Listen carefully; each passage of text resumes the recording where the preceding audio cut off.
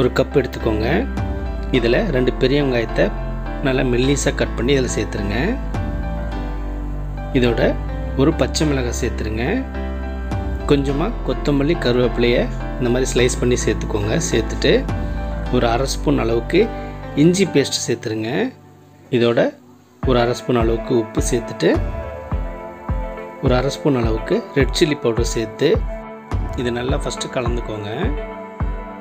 நல்லா இந்த மாதிரி ஃபஸ்ட்டு மிக்ஸ் பண்ணிவிட்டு இதில் 1 கப் அளவுக்கு அரிசி மாவு சேர்த்துருங்க. ஒரு 1/2 கப் அளவுக்கு மைதா மாவு சேர்த்துக்கோங்க. 1/2 கப் அளவுக்கு ரவை சேர்த்துருங்க. ஃபைனலாக சேர்த்துட்டு இதை ஃபஸ்ட்டு நல்லா கலந்து விட்டுக்கோங்க. இந்த மாவோட இந்த ஆனியன் நல்லா மிக்ஸ் பண்ணிக்கோங்க. ஃபஸ்ட்டில் கலந்து விட்ட பிறகு கொஞ்சம் கொஞ்சமாக தண்ணி சேர்த்து நல்லா மிக்ஸ் பண்ணிக்கோங்க. மசால் வடை பதத்துக்கு நல்லா அதை பிசைஞ்சிக்கோங்க. இந்த மாதிரி நல்லா பிசைஞ்சிட்டு ஒரு 10 நிமிஷம் அப்படியே வச்சுருங்க. ஒரு 10 நிமிஷம் கழிச்சிட்டு கொஞ்சமாக ஆயில் கையில் தடவிட்டு ஃபஸ்ட்டு இந்த மாதிரி உருண்டை பிடிச்சிக்கோங்க. பிடிச்சிட்டு ஒரு இலையில் கொஞ்சமாக அந்த மாதிரி எண்ணெய் தடவிட்டு இந்த உருண்டை அதில் வச்சுக்கோங்க. வச்சுட்டு இந்த மாதிரி அழுத்திக்கோங்க. இந்த மாதிரி தப்பையாக அழுத்திட்டு இதை நம்ம பொரிச்சிக்கலாம். ஆல்ரெடி நான் எண்ணெய் ஊற்றி வச்சுருக்கேன். எண்ணெய் நல்லா சூடான பிறகு இதை நம்ம பொரிச்சிக்கலாம்.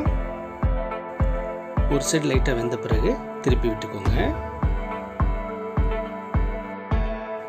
இந்த மாதிரி 2 சைடு நல்லா திருப்பி விட்டு வேக விடுங்க. இது நல்லா பொன்னிறமாக வரட்டும். இது பாருங்கள், நல்லா அது வெந்துடுச்சு. நல்லா கிறிஸ்பியாக அது ரெடி ஆகிடுச்சு பாருங்கள். இதை நம்ம இப்போ எடுத்துடலாம். இதே போலவே மீதி இருக்கிறதான மாவையும் கிறிஸ்பியாக பொரித்து எடுத்துக்கோங்க. இது நல்லா ரெடி ஆகிடுச்சு.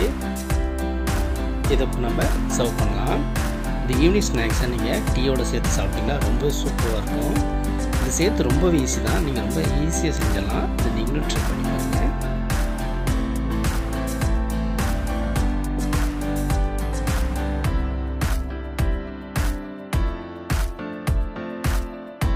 இந்த வீடியோ உங்களுக்கு பிடிச்சிருந்தா லைக் பண்ணுங்க, கமெண்ட் பண்ணுங்க, இந்த சேனலை சப்ஸ்கிரைப் பண்ணுங்க, பக்கத்தில் இருக்கிற பெல் பட்டனை கிளிக் பண்ணுங்க.